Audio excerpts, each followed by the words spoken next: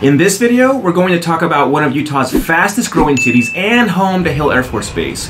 We're going to give you all the dirt on Layton, Utah.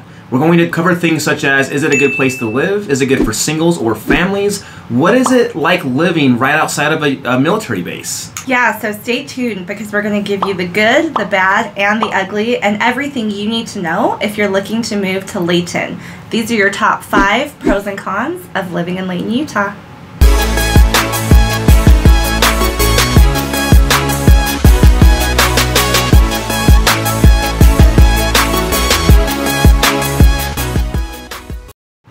If this is your first time to this channel and you want to know everything about living, eating, sleeping, working, and playing in northern Utah and cities just like Layton, then subscribe below and tap the bell for notifications so you can be the first to know about the current market in northern Utah.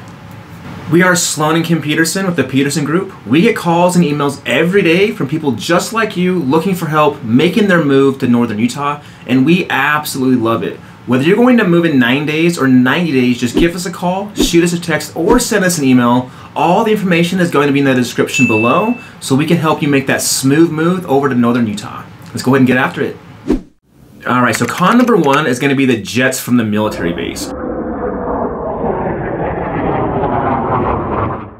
Whether you love them or hate them, you will hear the sound of jets no matter where you live in Layton, and really no matter what time of day or night. Yes, we did say night. Now, night flights aren't all the time, but there will be some days, especially work days, in which you do hear them flying at 11 or 12 at night. And for us, since we work from home and take a lot of phone calls, this was definitely a con when we did live in Layton. But again, it's just something to keep in mind if you are planning on moving to Layton. Yeah, agreed. I mean, one of the biggest things that a lot of people comment on are the jets. You do hear them, and you hear them no matter where you're at, for sure, in Layton. And all the locals just call that the sound of freedom, which, you know, give or take, it may or may not be to you. So con number 2 is the air quality. As with a lot of Utah, the air quality isn't great in Layton, especially in the winter months, especially too because Layton is such a densely, tightly packed population area. I mean, for what the spread of Layton is, there is really a huge population of both commercial and residential things in the area, and so the air quality just isn't that great. And we are going to do another video on just air quality just in general. We'll take you not only just on Layton, but across the northern Utah, just to show you the different types of and density of the air pollution that we do experience, especially in the winter months, as we have what's called an inversion that we'll go over on another video as well. For sure. Alright, so con number 3, and along the same lines as traffic. At certain times of day, it can take you literally an hour to get somewhere that really should only take you 20 to 30 minutes. With the traffic from the base, near Midtown where all the shopping and retail traffic is, and then on Restaurant Row, it can get incredibly packed. Add in the hospital and commercial building traffic, and it can truly become a nightmare very quickly. Along with the traffic areas, Layton's solution was to put in these U-turns and U-turn only sections instead of allowing you to do a left turn, which has made traveling extra frustrating when you have to do 2 U-turns just to come back and get to the road you were trying to go down in the first place. Just something to consider if you absolutely hate traffic. It might be extra frustrating for you. Which you definitely do, so. Okay, so con number 4 are the schools. According to citytistics.com, Layton schools rate at a D+.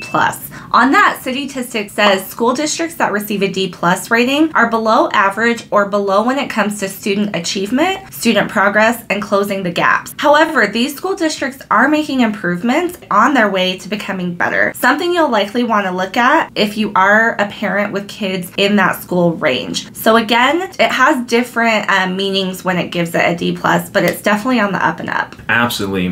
Brings us to con number 5, which is housing affordability. While Layton is kind of middle of the road in terms of Davis County housing prices, it is still above the median home price in Utah, which does sit around $500,000. In Layton, the median home price is closer to $540,000, and if you are purchasing a home under that median value, you are definitely going to be giving up some factors such as location and probably a little bit of condition as well. Now let's hop into the pros of living in Layton. Okay, now on to the good stuff, the pros. So pro number 1 is employment.